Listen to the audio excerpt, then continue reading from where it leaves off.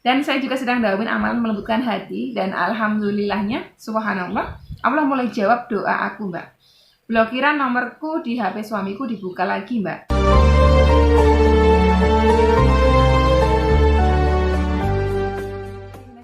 Bismillahirrahmanirrahim. Alhamdulillahirrahmanirrahim. Wassalatu wassalamu ala asrafil anbiya'i wal mursalin wa ala alihi washabihi wa tabi'in. Rabbi shrah li sadri wa yassir li amri wahlul 'uqdatam min lisani yafqahu qawli. Allahumma shalli ala sayyidina Muhammad wa ala ali sayyidina Muhammad. Assalamualaikum warahmatullahi wabarakatuh, sobat winner semuanya yang dirahmati oleh Allah Subhanahu wa taala dimanapun berada. Saya mendoakan semoga sobat winner semuanya selalu sehat walafiat, selalu dalam lindungan Allah Subhanahu wa taala, dilimpahi rezeki yang halal, yang berkah, yang thayyib, yang manfaat. Semoga sobat winner semuanya saat ini mungkin sedang sakit, Allah sembuhkan, Allah angkat sakitnya, Allah gantikan kesehatan, keselamatan, panjang umur dan umur yang berkah.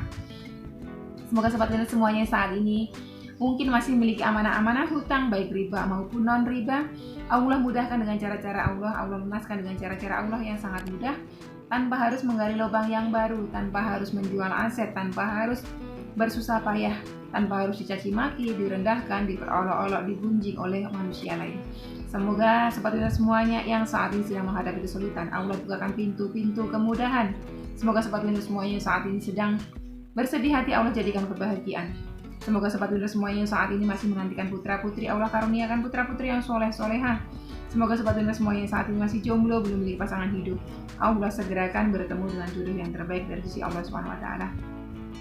Semoga seluruh dosa-dosa kita, dosa-dosa ribawi kita Allah ampuni, dan hijrah kita Allah istiqomahkan. Amin amin ya rabbal alamin. Masya Allah, tabarakallah. Sobat winner semuanya yang dirahmati oleh Allah Subhanahu wa taala, terus bersyukur, terus bersolawat supaya Allah ridha terhadap kita. Semakin kita pandai bersyukur, insya Allah nikmat Allah akan terus mengalir kepada kita ya. Semakin kita bersalawat kepada Rasulullah, Rasulnya kita ya, Rasulnya Allah Subhanahu wa taala, insya Allah ridhonya Allah akan turun untuk kita, rahmatnya Allah akan turun untuk kita, dan segala permasalahan hidup kita akan dimudahkan oleh Allah Subhanahu wa taala gitu ya. Oke. Sobat winner semuanya, di sesi kali ini ada Q&A dan juga testimoni dari amalan melembutkan hati. Nanti ada satu pertanyaan dari sahabat kita ya, yang tadi saya janjikan bahwa hari ini saya akan jawab. Ini yang pertama testimoni dari Mbak Dea Friska Lestari. Di video sebelumnya tadi beliau kasih testimoni mendoakan orang lain yang ijabahnya cepat kilat berbalik kepada beliau. Beliau doakan para pedagang di pinggir-pinggir jalan laris dagangannya, dagangan beliau laris juga. Gitu. Nah, ini beliau kasih testimoni, beliau coba mengamalkan amalan melembutkan hati ya. Insya Allah Umi, semoga saya istiqomah Mbak, semakin semangat dawamin sholawat. Dan saya juga sedang dawamin amalan melembutkan hati, dan alhamdulillahnya, subhanallah, Allah mulai jawab doa aku Mbak. Blokiran nomorku di HP suamiku dibuka lagi Mbak. Semoga ini adalah titik terang yang baik dari Allah Mbak untuk masalah rumah tangga saya. Amin, amin ya rabbal alamin. Tidak ada amal soleh yang sia-sia. Hari kemarin beliau ada kirim komen seperti ini. Assalamualaikum Umi, kenapa ya ada juga orang yang gak percaya sama sholawat? Tadi malam saya baru aja dihujat tetangga saya, dan dia bilang katanya sia-sia saja saya sholawat, katanya rumah tangga saya udah gak bisa diselamatkan. Percuma saja katanya, dan katanya aku gak bisa move on. Rasanya sedih, kacau, balau gitu kan. Nah kemarin saya sempat semangatin beliau kan, tidak perlu dengarkan. Misalnya ada yang berkata buruk karena kita bersolawat ya, biarkan, kita nggak usah dengerin itu, karena kita sesungguhnya sedang mematuhi perintah Rob kita. Kalau misalnya pada saat kita mematuhi perintah Rob kita, ada manusia lain, hambanya Allah juga, yang mengecilkan tindakan kita, yang meremehkan tindakan kita, itu abaikan saja. Tidak perlu, kita tidak butuh penilaian orang lain, kita tidak butuh penilaian manusia lain. Yang kita butuhkan hanyalah penilaian Rob kita. Kita mengharapkan ridhonya saja, karena kita sedang mematuhi perintahnya itu. Nah alhamdulillahnya ada titik terang ya, beliau sudah mulai dibuka blokirannya oleh suami beliau gitu.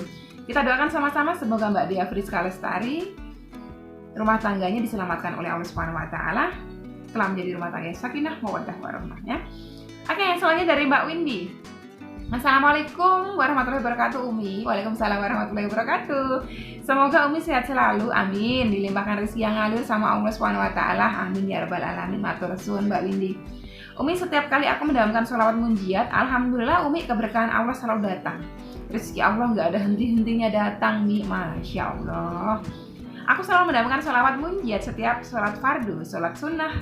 Lalu sambil kerja aku juga damkan untuk meluluhkan hati ibu aku Mi, agar ibu aku benar-benar mau ngerestuin aku sama si Mas, Masya Allah. Walaupun ibu belum sepenuhnya ngerestuin, alhamdulillah Mi, ibu sedikit-sedikit nerima si Mas Mi. Dan alhamdulillah rezeki dari mana aja selalu datang Mi. Di saat aku dan orang tua benar-benar gak ada sama sekali uang untuk masak, dan pas uang aku meninggal niatan hati mau ngasih untuk tahlil, subhanallah. Allah datangin rezekinya gak diduga-duga Mi.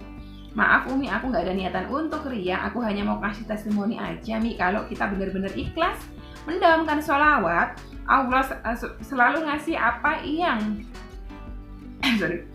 Allah selalu ngasih apa yang dibutuhkan hambanya ya, bukan umatnya. Umat itu kalau kepada Rasulullah. Doain aku ya Mi, semoga hajat aku terkabul biar ibu bisa ngerestuin aku menuju halal sama si Mas Mi. Amin.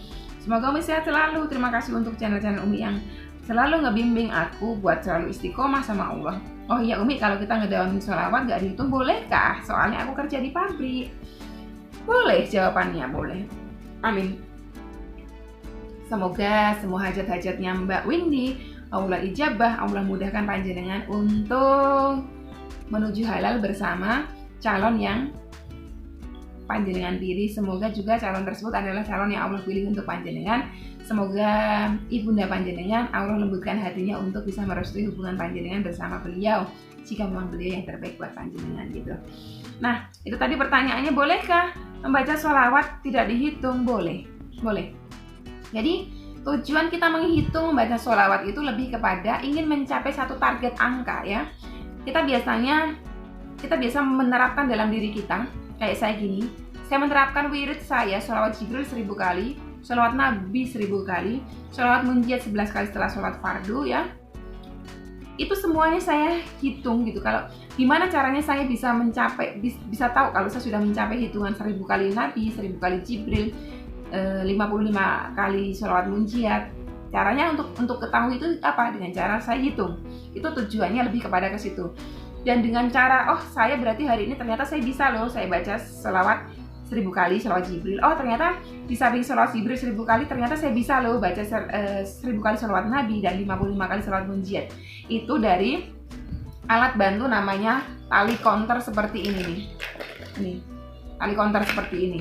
Jadi ini memang alat ini tujuannya lebih kepada untuk membantu menghitung. Saya tuh punya banyak banget, hampir semua warna saya tuh punya. Jadi tujuannya alat ini hanya untuk membantu kita menghitung supaya apa? Oh ternyata hari ini aku bisa 1000 kali. Oh besok harus bisa 1000 kali. Lusa harus bisa 1000 kali. Yang tujuan saya adalah untuk agar kita istiqomah di angka tersebut gitu ya. Nanti ternyata kalau misalnya, oh saya merasa saya mampu baca 1000 kali, saya akan tingkatkan jadi 2000 kali. Mampu nggak kira-kira? Oh ternyata saya belum mampu. Saya mampunya naik baru 500 jadi 1500. Tujuannya lebih ke situ. Tapi kalau misalnya kita beraktivitas yang tidak memungkinkan kita bawa-bawa beginian ya, nggak harus itu, nggak apa-apa. Daripada kita sambil kerja di pabrik, misalnya pabrik baju, sambil ngejahit-jahit baju atau sambil potong-potong kain, daripada kita bengong, kita diam, pikiran kita kemana-mana, sebaiknya sambil ngejahit itu baca sholawat. Nggak perlu dihitung, nggak apa-apa gitu. Jadi terserah teman-teman mau dihitung nggak dihitung silahkan. Tapi kalau misalnya sholawat munjiatnya 11 kali itu kan tentunya kita harus hitung, karena kita nggak akan tahu. Kalau kita nggak hitung pakai beginian kan, kita nggak akan tahu gitu. Jadi dihitung nggak dihitung, insya Allah bernilai pahala. Intinya gitu ya Mbak ya. Terus yang selanjutnya ada pertanyaan dari Mbak Aprilia Albrina Rossi. Assalamualaikum Umi, maaf mau bertanya lagi. Apakah amalan melembutkan hati ini bisa dibacakan jika jarak orang yang dituju jauh Umi? Terima kasih. Masya Allah, unik sekali nih pertanyaannya nih. Jadi gini Mbak April, sorry. Jadi gini Mbak April, kita memakai amalan melembutkan hati. Amalan melembutkan hati ini adalah wasilah, sarana, alat yang kita pakai, yang kita gunakan untuk mengharapkan ridhonya Allah, supaya Allah ridho sama kita ya dari amalan tersebut, sehingga Allah kabulkan hajat kita untuk melembutkan hati si fulan misalnya, ya kan? Nah, yang kita mintain tolong ini siapa? Yang kita mintain tolong ini bukan manusia, bukan jin, bukan makhluk. Yang kita mintain tolong ini adalah Rob kita, pencipta kita, penguasa seisi langit dan bumi, penggenggam seluruh hati manusia, penggenggam seluruh jiwa manusia, dimanapun berada. Akal kita terbatas, tapi Allah itu Al-Wahhab, Sang Maha Memberi tanpa batas, ya. Allah menggenggam semua jiwa di seluruh belahan muka bumi ini. Jadi, ya kalau kita sudah minta tolongnya kepada si penguasa, sang penguasa seisi langit dan bumi, apa yang perlu kita takutkan?